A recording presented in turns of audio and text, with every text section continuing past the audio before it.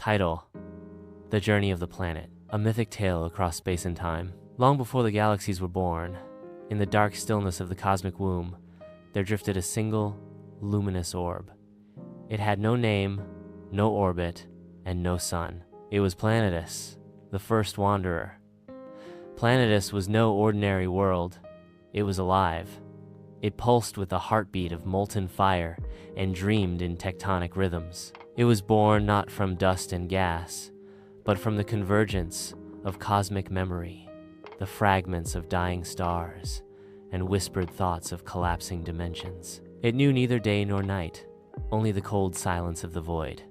But it longed for more. One cycle, as it drifted near a forming galaxy, it heard music radiation waves and electromagnetic pulses humming like a lullaby of stars being born. Drawn by the sound, Planetus turned its crust toward the galaxy's core, and it began its journey. The Age of Fire.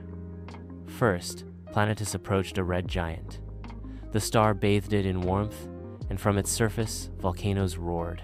Magma rivers formed glowing patterns across its crust. Its first emotions expressed in eruptions and thunder. Planetus danced close to the sun, not knowing the danger. The heat nearly cracked it apart. But just as it started to fall inward, a passing neutron star's gravity tugged it away. It spun violently for 1,000 years before stabilizing. The Age of Ice. Flung to the galaxy's edge, Planetus froze. Its magma ocean solidified.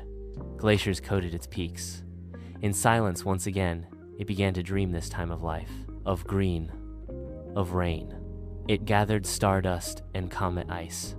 It let moons collide with it, letting them bring amino acids and water. Slowly, over a billion-year blink of the cosmos, it seeded itself with the potential for life. The Age of Life. When a yellow star finally accepted Planetus into orbit, things began to change. Clouds formed, rains fell, oceans churned. From those oceans, life crawled tiny, then many, then strange, then intelligent. Planetus watched the myths children build, love, destroy, and rebuild. They gave it names: Gaia, Terra, Earth. They built cities that lit up the night. They looked into the sky and dreamed of visiting the stars, never knowing that their planet had already been there. But the journey wasn't over. The Age of Return. One day, the skies filled again with fire. The children of Planetus launched great ships into the void. Some escaped, some perished. But a few found the truth that Planetus had not always been bound to this sun. They unlocked the memory buried deep in its core. Coordinates, whispers, star maps, etched in seismic lines. The humans left Earth behind not to escape, but to continue the journey it had started eons ago.